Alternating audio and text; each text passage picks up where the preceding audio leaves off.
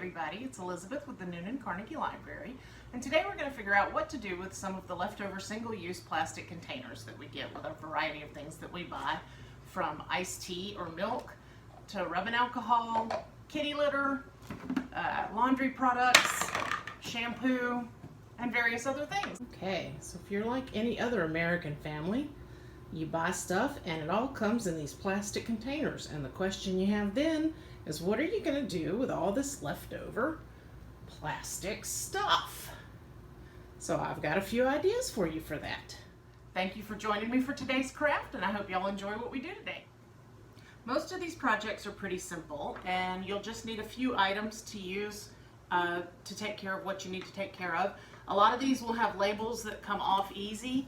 So like with the kitty litter container here, it just has a label that's wrapped around. You can snip it and just peel it right off. No parts are sticky, so you don't need to do any additional cleaning with that. However, some of these items will have labels that are kind of stuck on. So like you can see with this little bitty shampoo bottle, you're going to have to peel that off. And it may leave a little glue residue, and you can either use, throw this in the sink with warm water and baking soda, and that'll take that glue residue off, or you can use a little Goo Gone on a cotton ball. You just put the Goo Gone on, rub the sticky residue off. If the ink is printed directly on the product, you can use acetone, which I have some here. This is my husband's acetone. Or you can use acetone fingernail polish remover in the same way, just with a cotton ball, and it'll take the writing right off of the plastic without damaging the plastic at all. So it's a good way to get those clean, and once you've got them clean, you can do all sorts of different things with them. The other tools you're going to need are going to be some things to cut with. So we've got regular scissors, I've got an X-Acto knife, some additional blades for that. We've also got a ruler for measuring, so you want to make sure that you cut things evenly. I've got a hole punch, and I'll show you what I did with that in just a minute. And you might also want to get a marker to mark things, especially when we do the project with the gallon jug. We're going to use a marker for that to make your template draw things on pretty easy. Let's see what else.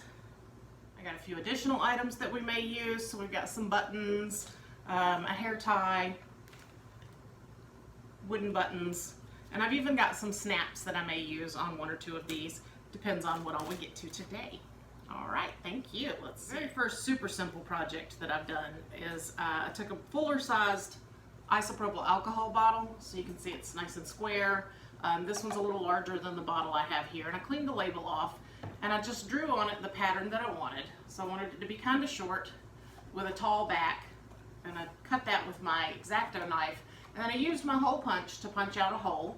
And what I can do with that then is the plug that I use to charge my phone, I can plug this into a wall and stick the phone down in it, and it will hang on the wall and hold my phone. So it makes a nice little charging station. So this is a super useful thing, especially in a teen's room or somewhere like that. And you'll want to sand off your edges with a little sandpaper. You can decorate these with contact paper. You can spray paint them. The plastic takes good spray paint, so that's always awesome. Or you can even Mod Podge on fabric, or use washi tape or duct tape, pattern duct tape, to make the patterns on it that you like. So these are always super fun, and I love the way that the plastic can be, just almost anything can be done with it. The other thing that's useful about bottles, this is from that same alcohol bottle. This is just the lid and the piece that came off the top of that bottle. So it makes a nice screw top lid and a plain old plastic bag.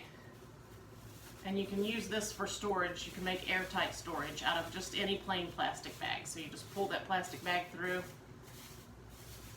pull the sides down, and then screw your lid on.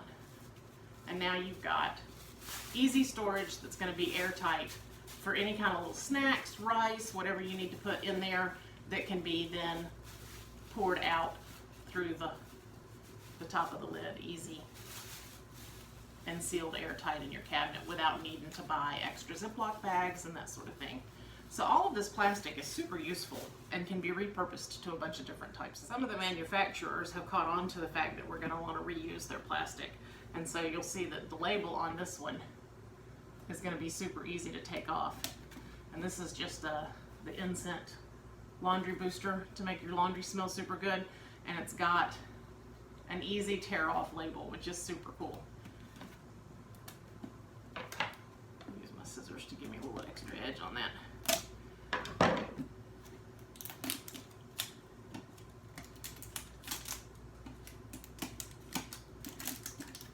And that label just comes right off. Isn't that the neatest thing? You don't have to do any extra washing or anything.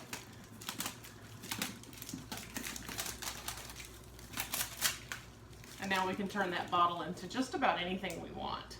And I think what I'm going to do is similar to the phone charging station that I did out of this rubbing alcohol bottle, I'm going to do one on here. So I'm going to draw the pattern on, and I'll show you what that looks like, and then I'm going to cut it out with the X-Acto knife.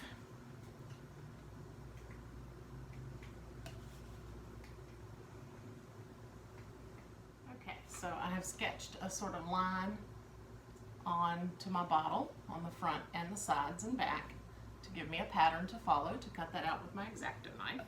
And it's super easy to cut these with the X-Acto knife, so you just push it in and follow your pattern. Make a nice straight line where you want it, and then follow your curve on the back and get your pattern cut out.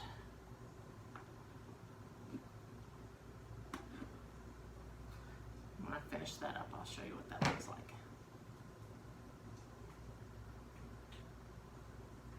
Okay, so now that I've cut that, that's what we ended up with. And your phone should be able to slide right down in here.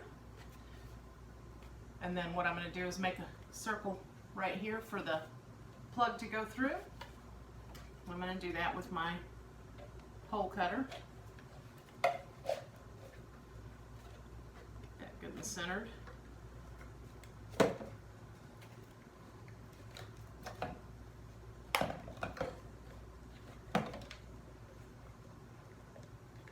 we go.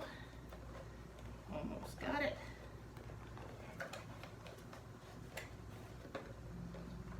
There we go. Get that popped out. All right. And this one is a 1 1/4 inch. I don't know if you can see that on there. It's 1 1/4 inch hole, and that's just about perfect for the square iPhone charger plug to go through, and it will hold it right there on the wall. Then we'll use our rubbing alcohol to clean our marker off of that. And if you've got any rough edges, you can just use a little sandpaper to sand that off. And like I said, paint it whatever color you want. Or put some contact paper or duct tape on it to make pretty patterns and pretty colors. And design it however you like. This is a super easy way to repurpose your plastic. And the other thing I have is I have a little hotel-sized shampoo bottle, and it's got a little lid that pops on and off. And the thing that can be done with this is you can just cut along the edges. You want to leave this back end complete and not cut through it, and cut all the way along the side edge of that. And what that'll do is give you a little container that will open and close that you can then put headphones or something like that in your purse with. And when you pop your lid on, it'll hold it closed for you. So I'm going to show you what that looks like. I'm going to go ahead and get that cut. Like I said, I'm just going to take the X-Acto knife and cut down the sides, but I'm going to leave this bottom intact. And I'll show you what that looks like when I'm done with it.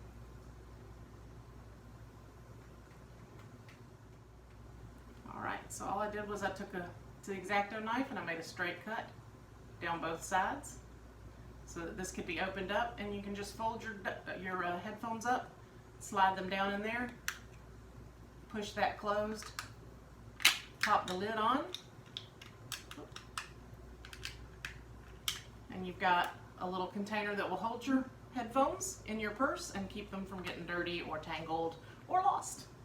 So that's a neat way to repurpose those little shampoo bottles you pick up at the hotel when you're on vacation.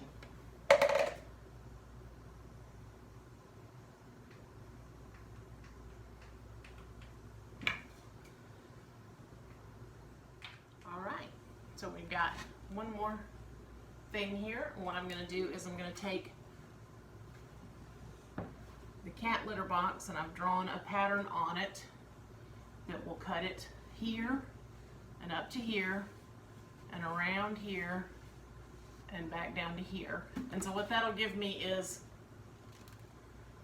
kind of hard to see, let me adjust my video feed a little bit so we can see this better.